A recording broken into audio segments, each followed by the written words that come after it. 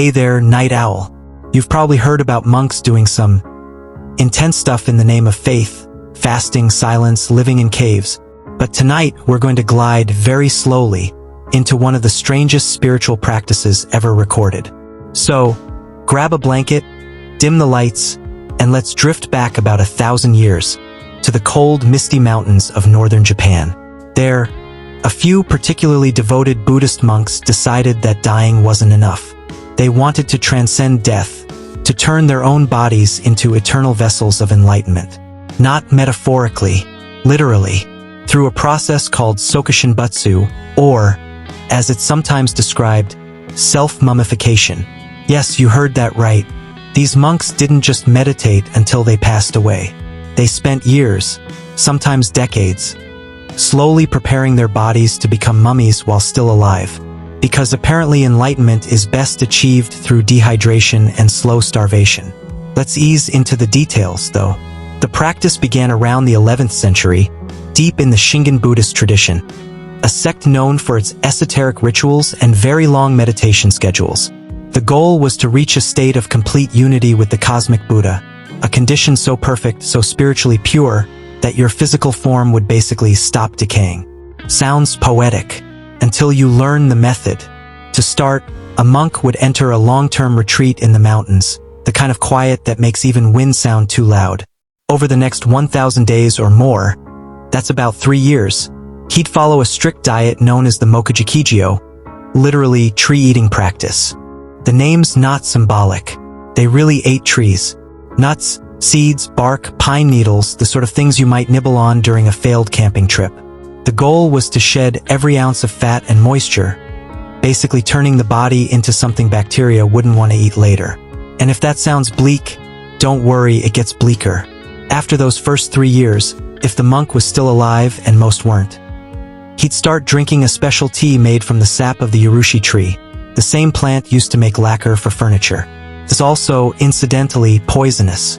The idea was to make the body so toxic that worms and maggots would think twice before moving in post-mortem.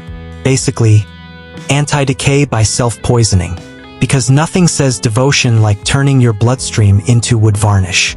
Let's float for a moment on that image. A skeletal monk, sitting perfectly still in a cold mountain hut, sipping tree poison by candlelight, believing, deeply, that this path led to transcendence. When the time finally came, sometimes years later, the monk would retreat into a tiny stone chamber barely large enough to sit upright. The space was sealed, except for a bamboo tube running through a small hole to allow air to enter. Inside, he would sit in the lotus position and begin his final meditation. Every day, he'd ring a small bell to signal that he was still alive. When the bell stopped ringing, well, you get the idea. His followers would seal the chamber completely, leaving him to rest in eternal stillness. And then they'd wait. 3 years later, the tomb would be reopened.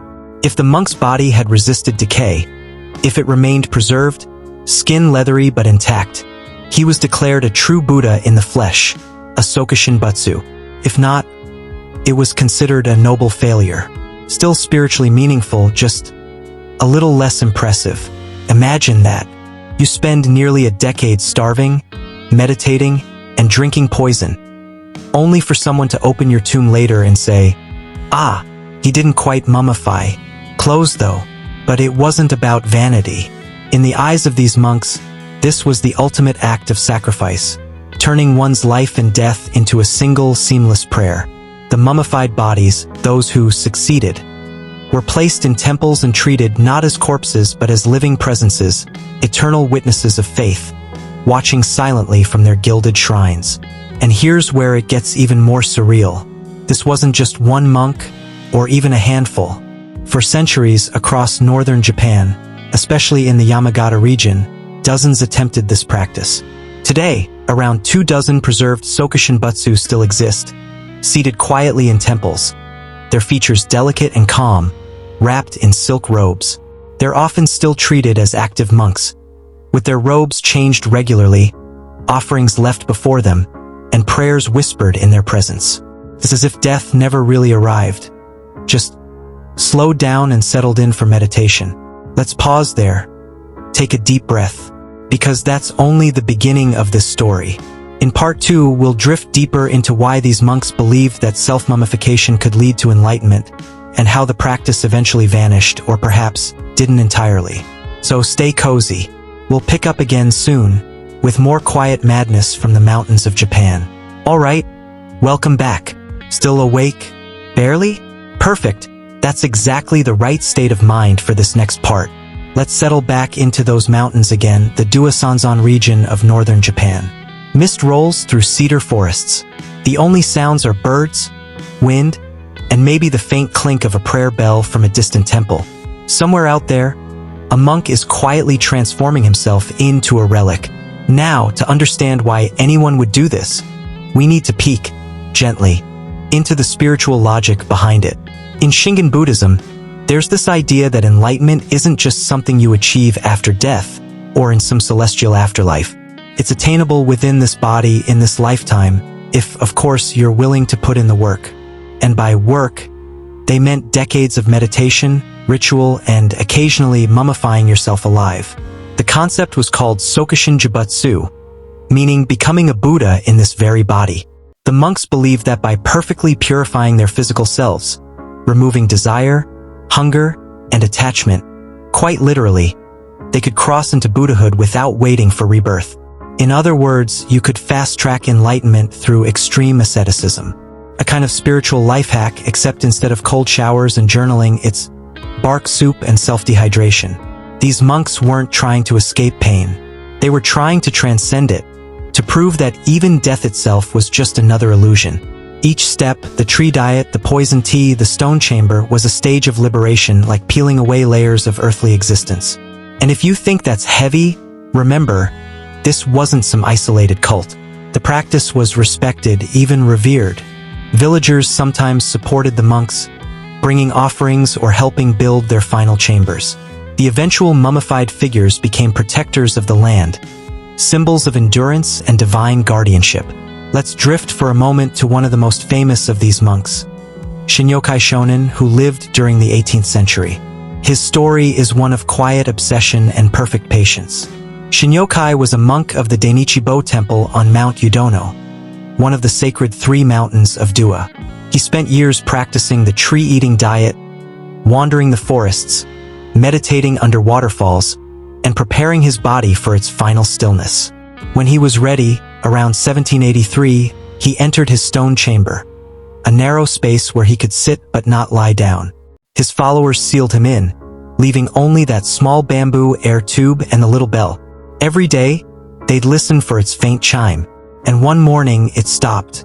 Years later, when his tomb was opened, Shinyokai's body was perfectly preserved. Skin intact, robes untouched. The monks who discovered him wept. He had achieved the impossible. They enshrined him in the temple, and to this day, you can still see him, serene, cross-legged, wrapped in golden cloth, a faint smile resting on his face. He's not displayed like a curiosity. He's treated like an elder still very much present, receiving visitors, robes changed, incense lit in his honor. Over 2 centuries later, he's still sitting, still meditating. There's something hauntingly peaceful about that, like time itself bowed and decided to wait for him. Now, before you imagine this became a widespread trend, it didn't. Most attempts failed. Many monks who entered the tombs decomposed naturally, their remains buried afterward with honor, but without the Buddha in the flesh title. Only about 24 successful Sokushinbutsu are known today. The Japanese government eventually banned the practice in the late 19th century, specifically during the Meiji era, when Japan was modernizing fast and trying to shed anything that looked, well, medieval. Authorities called it cruel and inhumane, which, fair enough. Self-entombment didn't exactly fit the new image of a modern empire. Still, even after it was outlawed, the idea lingered, especially among those who saw the mummified monks as protectors of their communities. People believed they watched over harvests, brought luck, and guarded the region from disasters. In some temples, locals still pray to them before planting rice or during storms. There's one last twist to this story. Some scholars think the practice wasn't just about personal enlightenment, but also about compassion. By offering themselves as mummies, These monks believed they were dedicating their existence, and even their preserved bodies, to helping all living beings achieve salvation. In that sense, Sokushinbutsu wasn't meant to be horrifying or sad. It was the purest, calmest gift they could give, total self-sacrifice for the good of others. Today, when you visit places like Yamagata, you might still find them, sitting quietly in their glass cases, draped in gold and silence. There's no fear, no decay, just a presence, like they never really left, just shifted into a slower form of existence. And that's kind of the essence of this story. Devotion pushed past every human boundary, until even the body itself becomes a temple. So, if you're still listening, half asleep, maybe wondering if your blanket counts as enlightenment, just remember, somewhere, in a temple at the edge of the mountains, a monk has been meditating for over 200 years, without moving a single muscle. And honestly, that's kind of beautiful.